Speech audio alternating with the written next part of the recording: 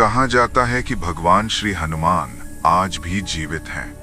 ना बूढ़े होते हैं और ना थकते हैं, ना कभी इस संसार को छोड़ते हैं। समय बदल गया, युग बदल गए, लेकिन वो आज भी वही है। लेकिन सवाल आज भी वही है, वो हैं कहाँ? क्या वो हिमालय की बर्फीली चोटियों में छिपे हैं, या किसी घने जंगल में जहां इंसान कभी पहुंच ही नहीं सकता?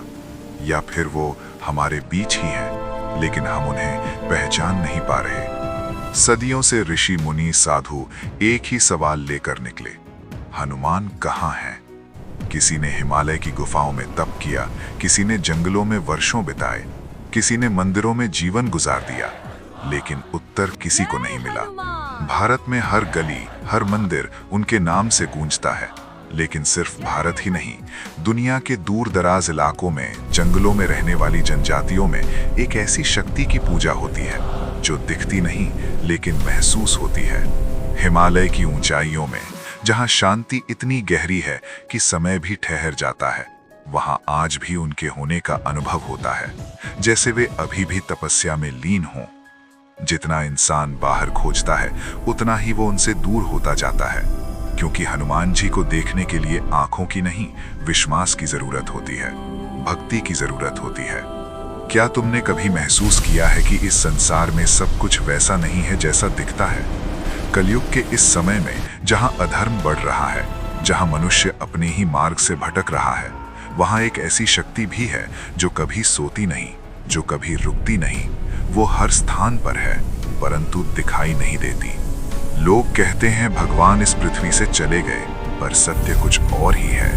वे केवल एक देव नहीं है, केवल एक योद्धा नहीं, वे उस सत्य का प्रतीक हैं जो समय से परे हैं। सदियां बीत जाती हैं, राज्य बदल जाते हैं, मनुष्य आते हैं और चले जाते हैं, परंतु वे वहीं रहते हैं, अविनाशी, अजर, अमर। एक ऐसा अस्तित्व जिसे न समय छू सकता है, न मृत्यु समाप्त कर सकती है।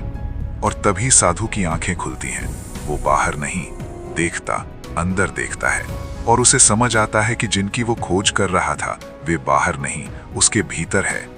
एक दिन वो साधु पूरी तरह थक जाता है। वो बैठ जाता है, आंखें बंद कर लेता है और कहता है, हे प्रभु, क्या मैं योग्य नहीं हूं? और उसी क्षण कुछ बदलता है। जब वो पास आते हैं तो हवा बदल जाती है, पत्ते हिलने लगते हैं, धरती हल्की सी कांप उठती है, पक्षी अचानक उड़ जाते हैं, जानवर रास्ता छोड़ देते हैं, डर से नहीं, सम्मान से। और जब वो आते हैं तो कोई आवाज नहीं होती, लेकिन धरती खुद बता देती है कि कोई असाधारण शक्ति उतर चुकी है। जब समय कठिन होता है तो प्रकृति भी अपना विकराल रूप धारण कर लेती है। आकाश में गर्जना होती है, बिजली चमकती है, समुद्र उफान पर आ जाता है, लहरें टकराती हैं, हवा गरजती है, सब कुछ जैसे नियंत्रण से बाहर हो जाता है।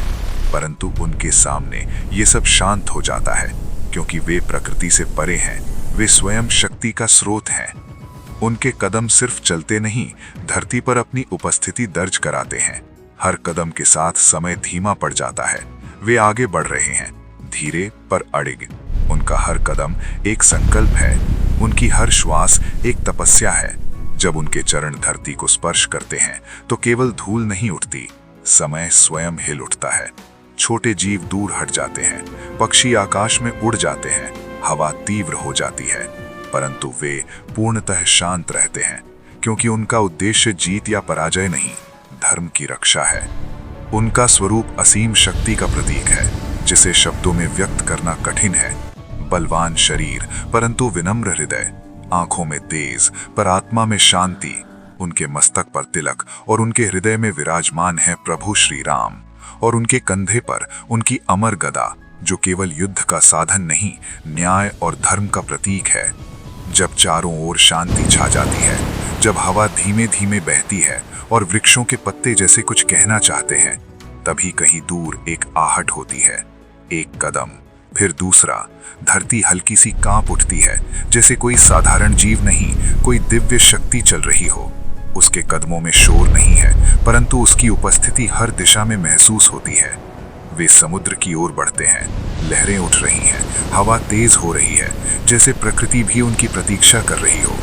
और फिर एक क्षण आता है जब वे रुकते नहीं, वे धरती को छोड़ देते हैं और आकाश की ओर बढ़ते हैं। बादलों के ऊपर, हवा के मध्य वे उड़ते नहीं, वे वायु के समान हो जाते हैं, जैसे प्रकृति का ही एक स्वरूप हो, जैसे सृष्टि का ही एक अंश हो। उनकी गति मानव समझ से परे है, असीम, अदृश्य, अपरिमेय। वे आज भी यही हैं, इसी पृथ्वी पर, इसी आकाश के नीचे। आपने शायद उन्हें देखा ना हो, पर उन्होंने आपको अवश्य देखा है। जब भी आप उनका नाम लेते हैं, जब भी आप श्री राम का स्मरण करते हैं, वे आपके और निकट आ जाते हैं, आपकी रक्षा करते हैं, आपको मार्ग दिखाते हैं। जब तक इस संसार में श्रद्धा है, भक्ति है और प्रभु श्री राम का नाम है, तब तक वे यहीं रहेंगे। महावीर पवन पुत्र बजरंग बली, श्री हनुमान जी। बोलिए पवन पुत्र हनुमान जी की जय।